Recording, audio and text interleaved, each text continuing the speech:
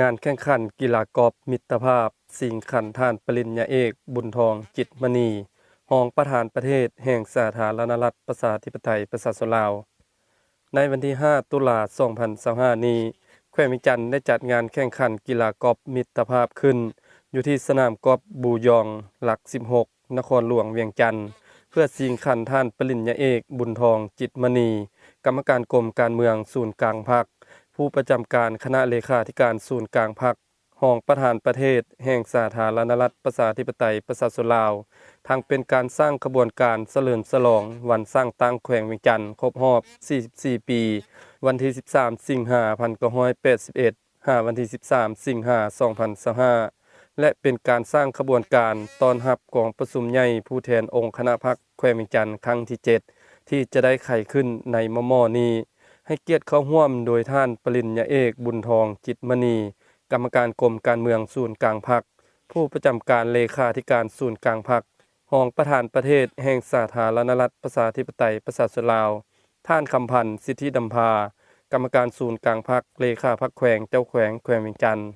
พร้อมด้วยการนำของแขวงและนักกีฬากอล์ฟเข้าร่วมในงานแข่งขันกีฬากอล์ฟมิตรภาพในครั้งนี้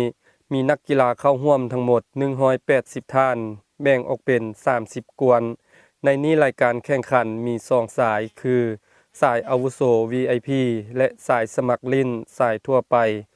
สำหรับที่1ที่2ที่3ของแต่ละสายจะได้รับขันและมีอีก2รางวัลคือรางวัลตีไก่ทุงและรางวัลตีไก่ใกล้เส้นของแต่ละสายก็จะได้รับขันเส้นเดียวกันผ่านการแข่งขันสามารถสรุปได้คือสายอาวุโส VIP อันดับที่1ได้แก่ท่านคำลาวันวันทลาวันอันดับที่2ได้แก่ท่านปริญญาเอกเพชรพรหมพิพักษ์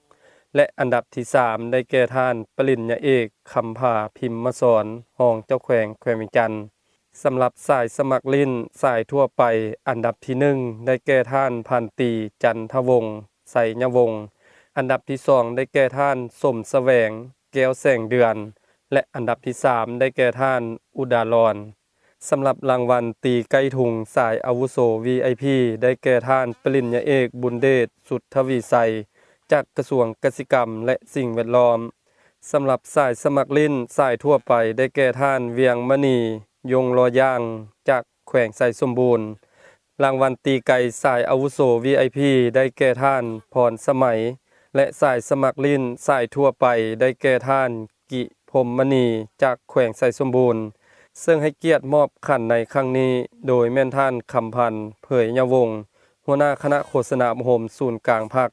และท่านคำพันธ์สิทธิดำพาเจ้าแขวงแขวงเวียงจันทน์ได้ผลัดเปลี่ยนกันขึ้นมอบอีกด้วย